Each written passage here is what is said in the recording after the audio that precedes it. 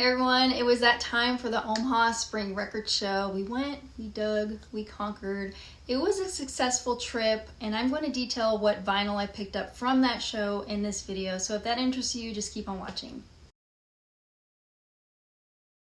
Well, hello, my music-obsessed friends. It's Hannah, the Omaha Introvert. If you're new here, I want to welcome you into my record room, and hopefully you find something of interest here. I talk all about music and vinyl and CDs, and if you're not new, thank you for your loyalty and for coming back. So what do I have in this stack? I have a 2 LP compilation. We have some synth pop from the 80s. We have some punk, post-punk, of course, with me, right? Some jangle or college rock, and actually one from the 60s. So listen, there's been a drought of record shows when it comes to the Midwest for months. I think the last one we attended was in December. I recently found out that there was one in St. Joseph, Missouri, like back in March, but I found out about it after the fact, of course. We could have gone to that one. I've been itching to go to a record show for months, and my wish finally came true last Sunday. I didn't get any footage. I am horrible at documenting record shows and things in general. What can I say? I don't even think about it. Like, I just get into this laser focused mode on the morning of a record show, and my only priority is to dig. So I am so sorry for that. I didn't get anything. I think I was just too excited that there finally was a record show here. I will try to do better next time. I'm just being real with you. You're waiting to see the vinyl finds. I get it. I'll quit flapping my jaws. Let's go. I found 11 records, I think. So let's start with this comp. I've never seen this comp before, never even heard of it, never knew it existed. This is called Burning Ambitions, A History of Punk, and it's a 2-disc set. What is this label? So right there, yellow label. Intercord Import Service is a sticker right here. Oh, Cherry Red Records, it says on the back. So let me just try to show the track listing. If you can see, try to get up close there. And if it's not coming through, I do apologize. So it's a gatefold, and it's got just a nice write-up on the inside about, you know, origins of punk, the different bands. When I saw this and I did look at the track listing on the back, I was like, oh, for sure, this is coming home with me. It's like a punk primer, you know, just, I mean, look at it. If you look at the track listing, you can see it has Buzzcocks, The Fall, 999, Adverts, Stranglers, Generation X, Vibrators, X-Ray Specs, Adam and the Ants, The Damned with Love Song, The Ruts, Sham 69, Dead Kennedys, Vice Squad, GBH. I mean, this is some killer stuff, and I got it for $25. So I'll try to rattle off the prices if I can, if I remember to do that. But I thought, you know, that was a good deal because on Discogs it goes for like $40+ US. All right, what do we got next? Oh, we have this one. So this came in a generic sleeve. Let me just talk about this really quick. I already have a 1984 US reissue of Susan the Banshees of Scream right there. Robert, NYC guy raised on record, sent me that excellent copy a few years ago. So I found a $2 copy of the Scream, and this is an original UK press, and it's not in the best shape, and there's like a weird kind of sticker on the back, so I'm sure you're gonna see a ton of scratches and stuff that I show this, but I did clean it. I did play it all the way through. There was one small skip on side 2, the song Mirage, but it's not a repetitive skip, if that makes sense, so it just kind of, you know, skips over a little chunk of the song. And I thought that was just so cool that I found an original UK press for $2. Again, not in the best shape, but, you know, it has some crackles, but nothing that totally ruins the experience of the album. So I am planning on doing a Susie the Banshees ranking video in the future. But yeah, I just wanted to show that $2 find real quick, and I got that from a vendor named Easy Records. I think his name is Eric. Anyway, he had a whole table full of $2 records, and he pulled that one out specifically for my taste. So yeah, I gave it a little bath, and it played pretty well. So you never know what you're gonna find at a record show. I'm having a horrible allergy day, so if my eyes are like all bloodshot or whatever, I'm kind of struggling today. So I'm gonna talk next about 2 records I bought from Tommy's Table. I did a Cocteau Twins ranking as my last video, and I ranked their studio albums, their EPs, and did a rundown of my top 20 songs. If you're interested, go back and check that out. I'll leave a link above if you're a fan. So anyway, I have an original press of This Mortal Coil's Filigree and Shadow over there. I bought a reissue of This Mortal Coil's It'll End in Tears. And I really wanted this one for a while. And many of you mentioned this too in my Cocteau Twins video. You're like, oh, you know, Elizabeth Fraser sings on a couple songs. And this has been on my want list for a while. I've just never been able to find it. And it's like a 2018 reissue. But that's okay. Anyway, This Mortal Coil, if you didn't know, it's like a collaborative project of 4 AD bands. So you have members of Cocteau Twins, Dead Can Dance, Howard Devoto from Magazine and Buzzcocks. He sings on a track here. The vocalist from Cindy Talk, I forget his name. Damn, I can't remember his name right now. Anyway, there are some really moving covers on this release. Songs from Big Star, Tim Buckley. So Cocteau Twins cover Tim Buckley's Song to the Siren, and is gorgeous. Liz Fraser's vocals are just beyond beautiful on that. That's mainly what I wanted to buy this for. I love that cover they do. So it's a gatefold. Again, I don't have an original to compare this pressing to. On side 2, I lose a little bit of interest on it. I have to admit, like, there's just like a little too much with Lisa Gerrard. And I say that being a Dead Can Dance fan, but as a whole, this is stunning though. So I'm so glad to now own this. And you'll see behind me, like, all of these albums I'm displaying are related somehow. So this is Zymox, and I got Twist of Shadows. I love Zymox and Clan of Zymox. This is like a promo copy right there. Really cool to find this. I really love their first 3 records. Especially Medusa. But this is probably the last great record of that era. I'm sorry, I'm kind of losing my voice with the allergies, but this is just awesome, like, dark synth pop of the late 80s, like with a goth edge. It really captures that time very well. So if you like New Order and Sisters of Mercy, I have a Sisters of Mercy album. Oop. Right there. This will be up your wheelhouse then. So like the songs Obsession and Blind Hearts, yeah, really strong songs. I love this album. And I'm displaying the Blind Hearts 12-inch single behind me as well. I will be right back. I'm gonna get a sip of water. Next 2 records I got for $5 each. So we have Simple Minds, Sparkle in the Rain. I'm still missing at least 2 records from their earlier period, or the period before this anyway, and I can see how this record was a bit of a letdown after New Gold Dream, which I'm displaying behind me. Steve Lillywhite produced this. This has a very big sound, but the bass isn't that impressive on it. I need more bass. This is just not really my preference when it comes to Simple Minds. Like, they're channeling U2 a little bit too much here or something. Like, there's some good tracks, however. I like Speed Your Love to Me, and on side 2, The Kick Inside of Me. Like, that song actually rocks, but I can't picture myself keeping it. I don't know. I gotta give it some more listens, but it didn't really leave an impact on me. This is just a US press right there. Then the other one I got for $5 was a little bit of a blind buy. This is Cabaret Voltaire's Code. So I don't have any other Cabaret Voltaire in the collection. I've heard Red Mecca. This isn't even close to that. I kind of got bored with this. It's just very dated.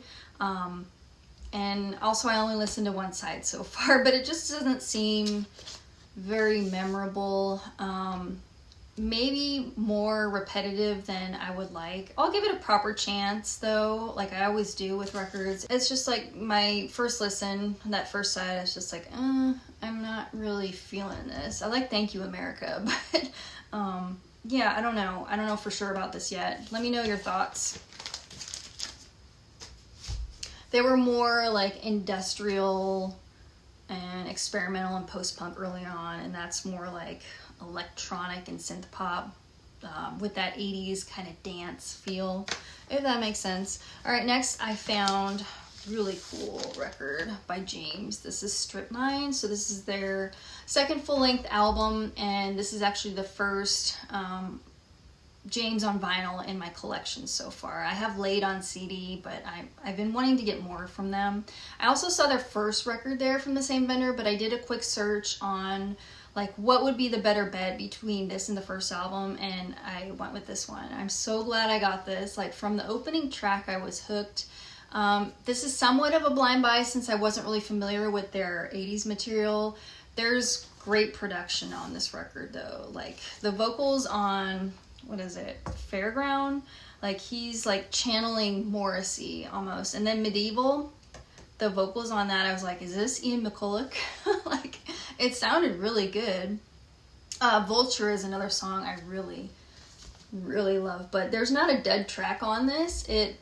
I was pleasantly surprised. So if you like, and I paid $20 for this one, it's a very invigorating listen. So if you like jangle pop, like, you know, the Smiths, it's like an early precursor to Britpop of the 90s, maybe. I thought it was a very solid album. So Strip Mine from James. Pretty cool to have grabbed that. I found a copy of The Clash's Black Market Clash for $10. I think this is the 1983 US reissue on Epic. There's like a promo stamp on the back there. So originals of this were on 10-inch, I believe, and I'm not a super fan of The Clash, but I guess I've been adding them into the collection more as of last year. I love their first album the most, and that's an original UK press. But there's like B-sides and singles on this. I think this was released between London Calling and Sandinista. Really consistent set of songs. The first side is perhaps more punk, and there's some dub and reggae on the second side. There is a CD release of this, like an expanded set. It's more extensive, so definitely check that out if you want more from that era, but you should own this if you love The Clash anyway. So Black Market Clash, $10. Okay, the next two records I got from, you guys know him as Tuco Vintage Vinyl Hunter here on YouTube. Great channel. His name is Steve. He thrifts all over the place, and he just shows some killer vinyl. So check out his channel. I'll try to link him down below. But I bought two from him. This one may seem a little out of place if we're comparing it to the rest of the records and the rest of the pickups. But I got Scott Walker's debut. Scott, I've been wanting some Scott Walker in the collection for a while, and I've just never seen any. So really exciting to find this, and this is actually a first UK mono pressing. So this is after he left the Walker Brothers. It plays beautifully. There's a lot of pain and melancholy on this. He's definitely like one of the best male pop vocalists of that era, but with a darker tone. His voice is so smooth and captivating. He's got that like baritone voice that just gets me. But this is a mix of covers and original songs. I prefer one side per listening session personally, but this is just a really strong record, so I'm really happy to now own this, and it's on Philips. As I said, original mono pressing. Very fair price on that too, and he cut me a deal, so that's awesome. And then the next one from his table, I found a post-punk staple with the monochrome set, and this is their first album, Strange Boutique, and this is actually a New Zealand pressing, which, hey, I mean, how rare can that be? So it's on DIN disc right there. I was amazed when I saw this because I've never even seen a copy out in the wild, like an early or first press. So this is a very exciting find for me. And monochrome set, I've talked about them before. I did a whole like post-punk series, so I'll try to, you know, put one of my videos up above. But since I have featured them, I'm not gonna focus on this one too much. To describe them quickly, it's like a mix of jangle pop with post-punk, which I know sounds odd. When I first heard it, I was like, this is the Feelies or the Bongos mixed with a little bit of Joy Division, so it's a bit catchy, a little bit quirky. I didn't like it the very first time I heard the album years ago. I didn't think it was very memorable at the time, but you fall in love with it after a few spins. At least that's my experience, but what a find with monochrome set. That's very exciting for me. That New Zealand press for $20. Oh, I was also going to show with monochrome set, this is kind of what got me started on them.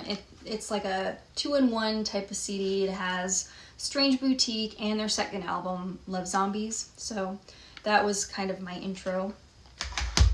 All right, next, my last find is this killer punk album. I found, this has been my want list for quite a while. This is Ruts with The Crack. So this is an original UK press. I paid $25 for this, which is a great deal. This is a punk classic from 1979. There's a little bit of maybe like pub rock and dub like thrown in there for good measure.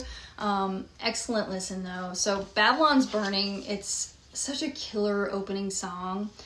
Something That I Said, that's another like accessible song from this, I would say. But I've talked about this album before in probably 1 or 2 other videos, so I'm going to keep it short. I know I've shown this CD before if you want to go the CD route, but this contains The Crack as well as Grin and Bear It, so it's another kind of 2-in-1 collection that I've shown in a video before. For my CD collecting friends.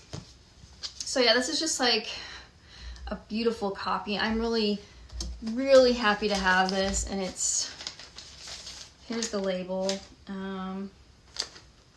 So on one side it's that white design and then black on the other side of the label. Super cool for $25. It's amazing to cross stuff off my want list from these record shows. This is one that literally I've been looking for a couple years maybe. So beautiful copy, Ruts. And those are my finds from the Omaha Record Show. It was a really fun show. I wish, they took place more often, but I think at one point they were 3 times a year, and now the Omaha one is 2 times a year, so the next one will be in the fall. As far as record store day, this is my only record store day purchase, the Verlaine's Bird Dog. It's a reissue. That one, we have needed a reissue of it for so long. This is the first time it's been reissued in over 30 years, I believe. So, love the Verlaine's, Jangle Pop from New Zealand. That is excellent stuff. That was my only record store day pickup. And then I wanted to show this really quick because I just received it on my doorstep. So we now have a vinyl reissue of Velvet Crush's power pop masterpiece, Teenage Symphonies to God. This was literally just reissued, and I will try to leave the link down below if you want to order a copy. I don't know how many copies are left exactly, but this would be definitely in my top 20 power pop records of all time, you guys. I recommend you pick this up. If you want a song to check out from it, to sample it, I would suggest Time Wraps Around You. I love that track. Oh, this is so good. And Rick Mank is one of my favorite drummers. I guess he's been the one kind of helping to ship them out, which is even cooler. So Velvet Crush, what an exciting reissue we have been waiting for. All right, thank you guys so much for watching. My next video will most likely be vinyl finds that I've been accumulating. I have a couple grails thrown in there because that's kind of been what my focus is this year with my collecting, is just adding grails into the collection. So stay tuned. I have more content coming soon. Ciao.